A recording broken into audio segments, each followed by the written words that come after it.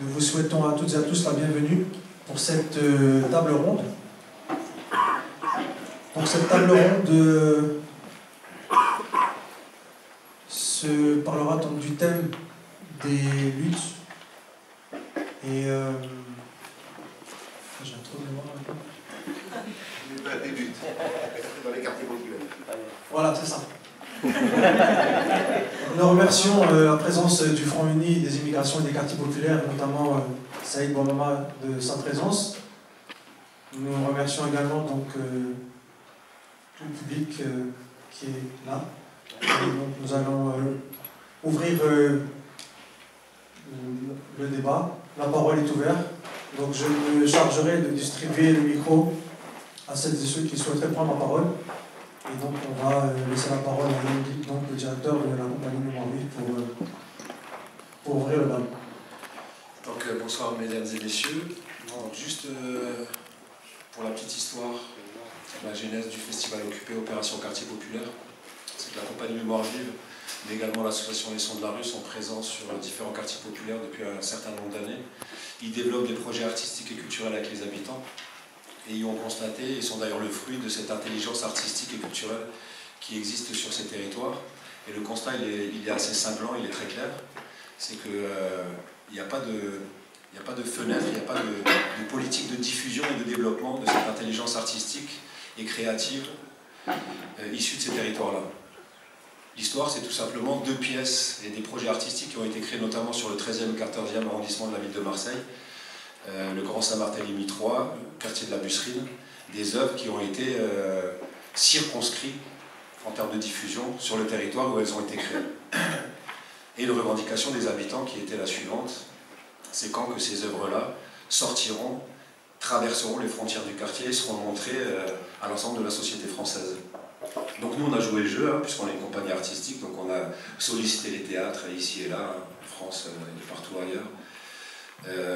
Et on se confronte un peu habituellement à une sorte de surdité, pour pas dire un peu de mépris et d'indifférence.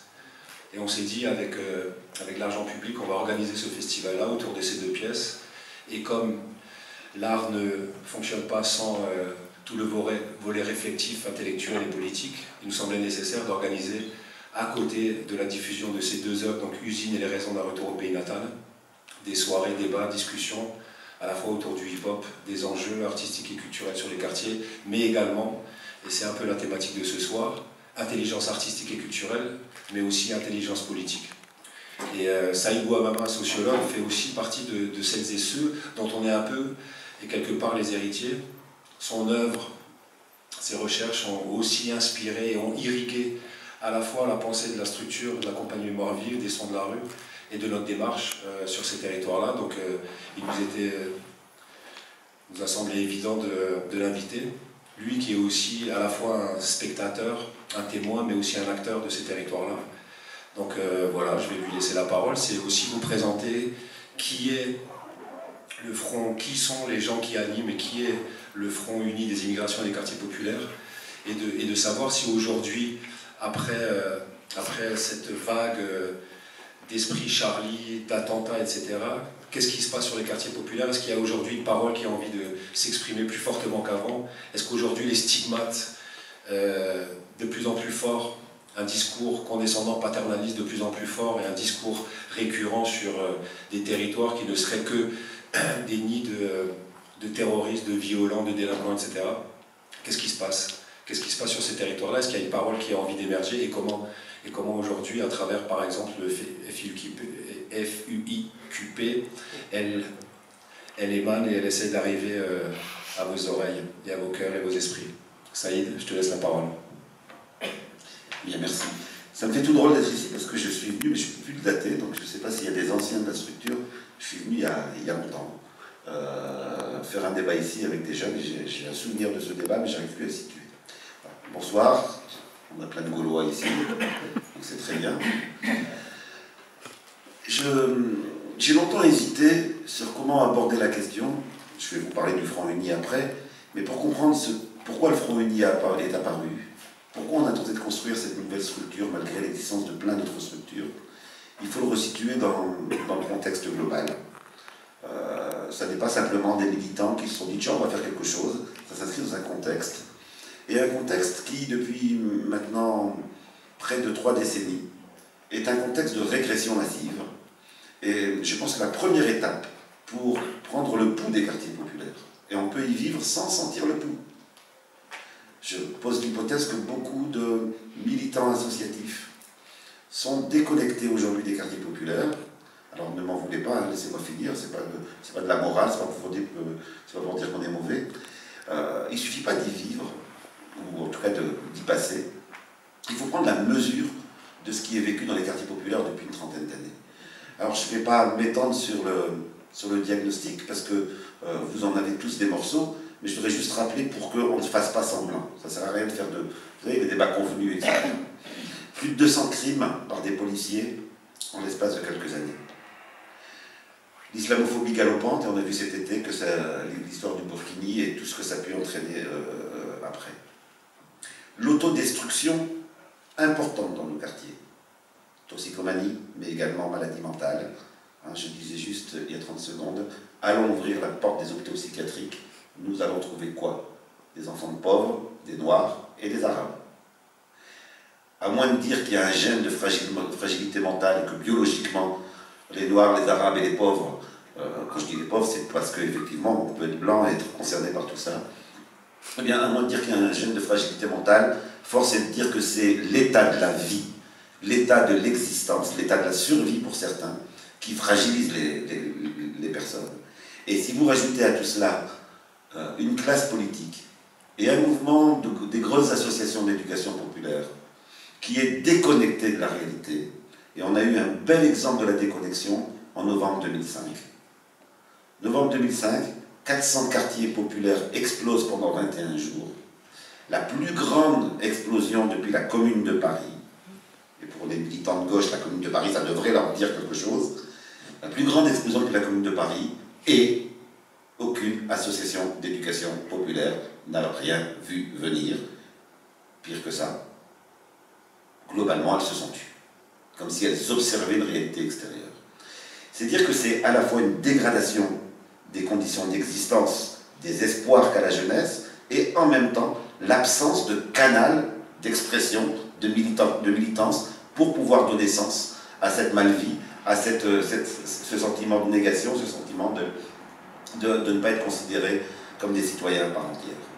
Alors pour expliquer comment le Front Uni est né, on va partir très loin. On va partir à l'échelle mondiale, puis après on va revenir à l'échelle du quartier. Et je voudrais le résumer dans une phrase qu'un grand monsieur a dit, un monsieur qu'on ne nous enseigne pas dans nos écoles, qui est un antifasciste italien. Si je le dis, c'est pas pour rien, c'est parce que cet été il s'est passé des choses qui devraient nous inquiéter fortement. J'y reviendrai tout à l'heure. Il s'appelle Antonio Gramsci. Et Antonio Gramsci disait la phrase suivante, et ça va être le plan de mon intervention. Il nous disait: le vieux monde se meurt, le nouveau tarde à apparaître, et dans ce clair-obscur naissent des monstres. Et ces monstres, vous pouvez les trouver effectivement du côté de certaines politiques de l'État, vous pouvez les trouver du côté de Daesh, vous pouvez les trouver de tous ces côtés. Ce sont des monstres enfantés par l'état du monde aujourd'hui. Alors, pour bien saisir cela, eh bien, il faut prendre en compte le contexte mondial, parce que l'islamophobie n'apparaît pas pour rien. Elle ne se développe pas pour rien. Comme par hasard, elle se développe en même temps où l'on doit justifier des guerres dans des pays où la majorité est musulmane et où il y a du pétrole, du gaz et des minerais stratégiques. Comme par hasard, c'est à ce moment-là qu'il y a une essentialisation de l'islam et une diabolisation de l'islam. On ne peut pas donc découpler la situation nationale et la situation internationale. Nous entrons dans une période où nous avons vraiment besoin de sortir de nos raisonnements par micro-territoire. Paradoxalement, aujourd'hui, la lutte entre ce que sera le monde de demain se mène au niveau mondial. Bien entendu, quand je dis ça, ça ne veut pas dire que ce qui se passe sur le quartier n'est pas important, mais c'est que c'est en lien avec ce qui se passe ailleurs. Pour bien saisir cela, il faut déjà se dire que nous changeons de séquence historique. Nous passons d'un âge à un autre âge. Quelle est la séquence historique précédente? Alors je sais que je vais peut-être casser les illusions de certains qui pensaient qu'il fallait juste se battre un tout petit peu pour que ça aille. Il va falloir se battre beaucoup. C'est ça que je veux vous montrer. Quelle est la séquence historique antérieure? La séquence historique d'où nous sortons, à partir des années 70-80.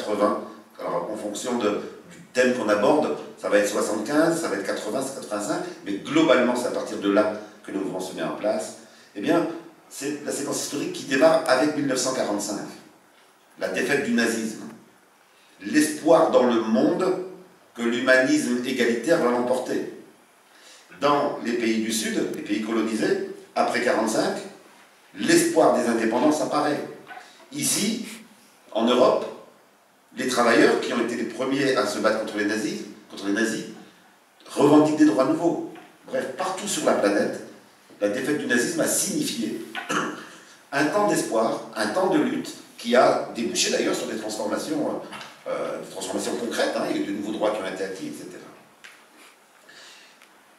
En 1945 également, l'Europe, les classes dominantes de l'Europe, décident, parce qu'elles ne peuvent pas faire autrement, parce qu'elles sont compromises dans la collaboration avec les nazis, décident de laisser les principales décisions du monde aux mains des USA.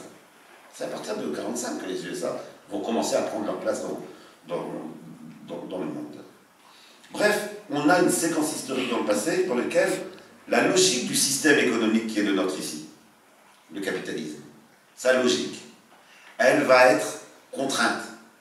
Elle va se modifier, elle ne va plus être une logique pure, parce qu'on a peur des révoltes anticoloniales, parce qu'on a peur des travailleurs qui font des grèves ici, parce qu'on a peur de l'existence des pays de l'Est et donc ce monde bipolaire, etc. Et ça va, je le dis pour qu'on n'ait pas d'illusion, la période 45-75 ne reviendra pas. C'est une période particulière liée aux équilibres issus de la Seconde Guerre mondiale. Quelle est notre séquence historique aujourd'hui? Donc à partir de 75-80, ça commence à bouger. Eh bien, c'est une séquence historique qui, avec la fin des équilibres Est-Ouest, la fin de la disparition du monde bipolaire, on va avoir quoi? On va avoir toute une série de conséquences en cascade. On est loin des quartiers, vous allez voir, on y revient. Toute une série de conséquences en cascade, et je voudrais en citer 3. À partir du moment où on n'a plus peur des révoltes, eh bien, on retrouve le système de profit maximum dans sa forme pure. Ça veut dire quoi? Ça veut dire qu'ici, on va se dire, on peut foutre en l'air tous les droits sociaux. Et c'est ce qu'on voit depuis 20-30 ans. Ça veut dire que dans les anciennes colonies, on se dit, il y a moyen de revenir à des formes de dépendance aussi caricaturales que par le passé. Et donc on a une offensive contre l'Afrique, une offensive contre l'Amérique latine, par l'intermédiaire de la dette, par l'intermédiaire de mécanismes, pour contraindre ces pays d'abandonner ce qu'ils avaient acquis comme souveraineté, etc. Et puis on va voir revenir les guerres pour le pétrole, les guerres pour les minerais. Ceux qui pensent que ce sont des situations séparées, eh bien risquent d'être à chaque fois surpris. Quand il y a eu la Somalie, on nous a dit, c'est un cas particulier. C'est parce qu'il y a une situation particulière en Somalie, etc. Et puis après, il y a eu l'Irak, et là, il y a eu l'Afghanistan, il y a eu l'Irak 2, la Syrie, etc. Ce ne sont pas des faits séparés. C'est le besoin du profit maximum qui pousse les différents États, les différentes classes dominantes, à se mettre en guerre pour qui va maîtriser le pétrole, le gaz et les matières premières. Les puissances qui vont dominer le monde sont ceux qui auront les ressources de gaz, de pétrole et de minerais stratégiques. Ce n'est pas toutes les matières premières, c'est les minerais stratégiques. Vous savez, par exemple, le drame du Congo, c'est vos portables. C'est le coltan pour construire le... Jamais le Congo serait resté dans un marasme comme il est aujourd'hui, avec des millions de morts, s'il n'y avait pas le fait que ce pays est un des rares endroits au monde où on trouve du coltan. Et vous imaginez les profits des entreprises qui pourront avoir ce coltan. Eh bien, c'est tout simplement ça qui explique que le Congo n'arrête pas de mourir et de mourir et de mourir en permanence. Alors je sais que c'est dur de dire ça, mais je préfère le dire pour qu'on ne se trompe pas sur le débat. Le problème n'est pas simplement d'obtenir le retour aux années 70. Il n'est pas simplement de se dire, écoutez, faites attention, il y a de la pauvreté dans les quartiers. Il est de bien comprendre qu'on a affaire à un phénomène de système social. Si nous ne sommes pas organisés, il n'y a aucune raison que ça s'arrête. Si on regarde sur le temps long, alors je suis plein d'espoir, ça ne se voit pas maintenant, ça va se voir après, je vous rassure. Si on regarde sur le temps long, on est obligé de constater qu'il y a des âges de ce système social, qu'on nous présente dans les médias comme incontournable. Vous savez, rêver d'autre chose, c'est la catastrophe, ça ne sert à rien de rêver, etc. Ce système qui est basé sur le profit, il a au moins connu 3 âges. Et c'est très